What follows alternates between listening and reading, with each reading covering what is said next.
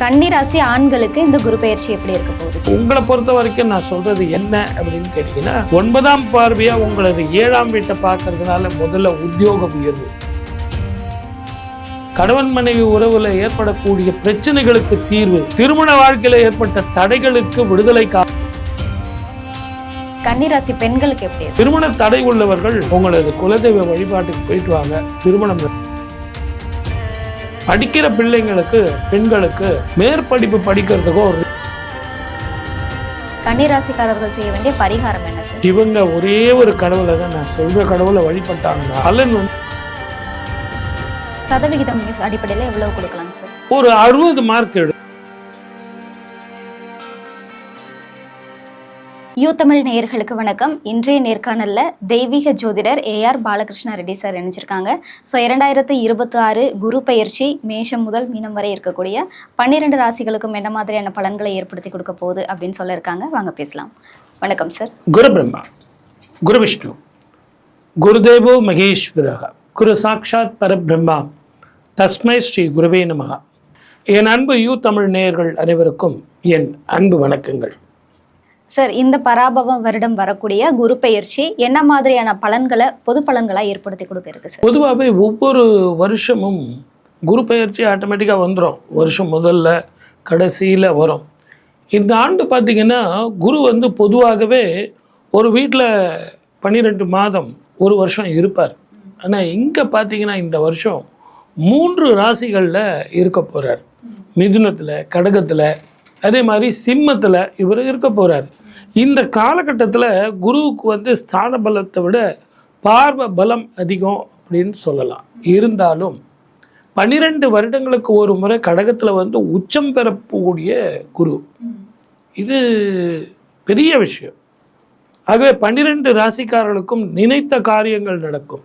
உங்கள் ஜாதகத்தில் எப்படி கிரகங்கள் இருந்தாலும் சரி, உச்சம் பெற்ற குருவினால் இந்த பிரபஞ்சமே அற்புதமாக விளங்கும். அதே நேரத்தில் குழந்தை பாக்கியம் தட்டுபவர்களுக்கு இந்த 12 ராசிக்காரர்களுக்கும் ஏதோ ஐஓஎல், ஐவிஎஃப், இல்லைனா ட்ரீட்மெண்ட்டு, இல்லை மெடிக்கல் ட்ரீட்மெண்ட் அப்படின்னு ஏதோ ஒரு விதத்தில் உங்களுக்கு குழந்தை பாக்கியம் கிட்டும். குலதெய்வ வழிபாடு பண்ணாதவங்களுக்கு குலதெய்வ வழிபாடு பண்ணலாம். பித்திருக்களுக்கு தர்ப்பணம் கொடுக்கறதுக்கு இந்த வருஷம் மாதிரி அற்புதமான வருஷம் எதுவுமே கிடையாது. ஏன்னா 12 வருடங்களுக்கு ஒரு முறை உச்சம் அடையக்கூடிய குரு பகவான், 18 வருடங்களுக்கு ஒரு முறை வரக்கூடிய கேது பகவான், அவரும் கடகத்திலே இருக்க போறார். குருவும் கேதுவும் ஒரே வீட்டில் இருக்காங்க. அப்படிப்பட்ட இந்த காலகட்டத்தில் 12 ராசிக்காரர்களும் பித்ருக்களுக்கு தர்ப்பணம் போய் காசியில், ராமேஸ்வரத்தில், கயால நீங்கள் கொடுத்துட்டு வந்தீங்கன்னா அதை விட அற்புத காலம் வேற எதுவுமே கிடையாது. பணம் வரும், பட்டம் வரும். குரு வந்தாலே கல்யாணம் நடக்குமா, நல்ல வேலை கிடைக்குமா, இடமாற்றம் வருமா, தொழில் மாற்றம் வருமா, 2வது ப்ரமோஷன் வருமா, படிக்கலாமா அப்படின்லாம் கேட்பாங்க. சுப செலவுகள், சுப செய்திகள் வருமா அப்படின்னா எல்லாம் வரும். ஆனால் அதே நேரத்தில் இந்த ஆண்டு குரு ராஜாவாக வர்றார். இந்த தமிழ் வருடம், பராப வருடம் குரு ராஜாவாக குரு உச்சம் பெறுறதுனால எல்லோருக்குமே சுபிட்சத்தையும் பெண்களுக்கு உச்சமான பலத்தையும் கொடுப்பார். ஆனால் இங்கே வக்கரம் பெற்ற குரு 3 ராசிகளில் இருக்கக்கூடிய குருங்கிறதுனால 3 விதமான ராசிகளுக்கு 3 விதமான பலன்களையும் 3 விதமான பார்வைகள். அப்போது ஒவ்வொரு வீட்டுக்கும் 9 விதமான பார்வைகள். இதையெல்லாம் கிடைக்கும்போது 12 ராசிகளுக்கும் நல்லா தான் இருக்குது. இருந்தாலும் உங்கள் ஜாதகத்தில் 2வது பிரபஞ்ச ஜாதகத்திலேயே சனி குருவோட வீட்டில் இருக்கார். இந்த ஆண்டு ராகு கேது பெயர்ச்சி வேற இருக்கு.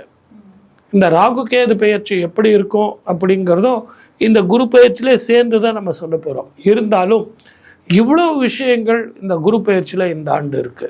பொதுவாகவே ரொம்ப நாளாக திருமண வாழ்க்கை தட்டுபவர்கள், அதே மாதிரி இப்போ இங்கே நமக்கு தேர்தல் காலம், ஆகவே இந்த மாதிரிலாம் ஒரு வைப்ரேட்டிங் ஒரு பீரியடாகி இருந்தாலும் இந்த குரு பெயர்ச்சிங்கிறது 2/6/2026 செவ்வாய்க்கிழமை அன்னைக்கு நமக்கு ஏற்பட போகுது.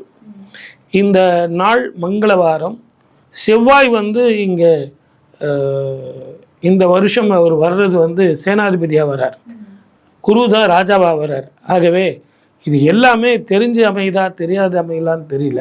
இருந்தாலும் 12 ராசிக்காரர்களுக்கும் அற்புதமான பலனை கொடுக்கும். வாழ்க வளமுடன். All the best.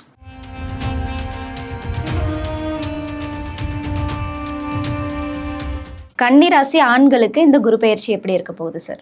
உங்களுக்கு மிதுனத்தில் இருந்து இந்த வருஷம் ஆரம்பிக்கும் போது 5ஆம் பார்வையாக உங்களது குடும்பமாக்கு தனஸ்தானத்தை பார்க்குறார்.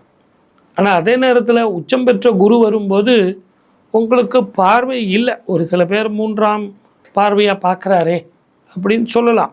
இருந்தாலும் 5ஆம் பார்வை, 7ஆம் பார்வை, 9ஆம் பார்வை தான் ரொம்ப விசேஷம்.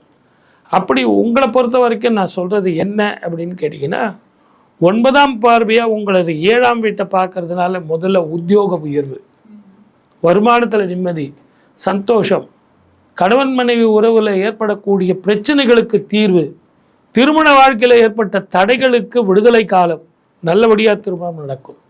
எனக்கு பொண்ணே பிடிக்கல சார், எனக்கு பையனே பிடிக்கல சார், ஏதோ ஜாப் சரியில்லை, அது சரியில்லை, இது சரியில்லை, ஏதோ ஒரு காரணத்தினால பிரச்சனை பண்ணிட்டு இருந்தீங்க இல்லையா, அதற்கெல்லாம் தீர்வாக முதல்ல திருமணம் தடைப்பட்டவர்களுக்கு திருமணம் நடக்கும்.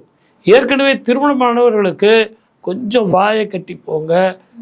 தேவையில்லாமல் வார்த்தைகளை விட்டு என்ன சாம்பார் பண்ணியிருக்கிறப்போ அப்படின்னு போட்டு அடிச்சிடாதீங்க. அது சின்ன விஷயம் பெரிய பிரச்சனையை கொடுத்துரும். சொந்தமாக தொழில் செய்கிறவங்க ரொம்ப கடன் கொடுக்காதீங்க. வேலைக்கு போகிறவங்க உங்கள் உழைப்புக்கேற்ற உயர்வு வரும். அதிகமாக அகலக்கால் வைக்காதீங்க, பொறுமையாக போங்க. வெளிநாடோ வெளி மாநிலமோ வெளி ஊருக்கோ போனீங்கன்னா முதல்ல மன நிம்மதி வரும்.